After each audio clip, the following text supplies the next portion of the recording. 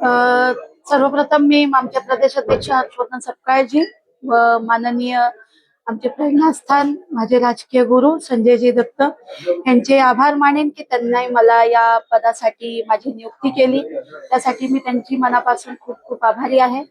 तसंच आता तुम्ही येणाऱ्या सभेबद्दल जे विचारलात त्यासाठी मी जे पण कल्याण डोंबिवली शहराच्या हिताचे मुद्दे असतील त्याच्यासाठी मी कायम पक्षासोबत म्हणजे जे पण निर्णय असतील त्यांच्या सोबत असेल आणि जे पण असं वाटेल मला की ते पक्षा म्हणजे शहराच्या विरोधातली भूमिका आहे तिथे कायम मी म्हणजे माझा विरोध दर्शवत राहील. आणि माझ्या प्रभागातील लोकांची मी खूप आभारी आहे की त्यांनी मला निवडून दिलं.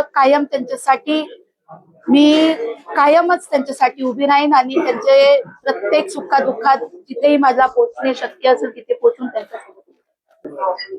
असं आहे की गेले 15 वर्ष मी राजकारणात आहे, तर तुम्हाला सगळ्यांना माहितीच आहे की 2 निवडणूक लढले.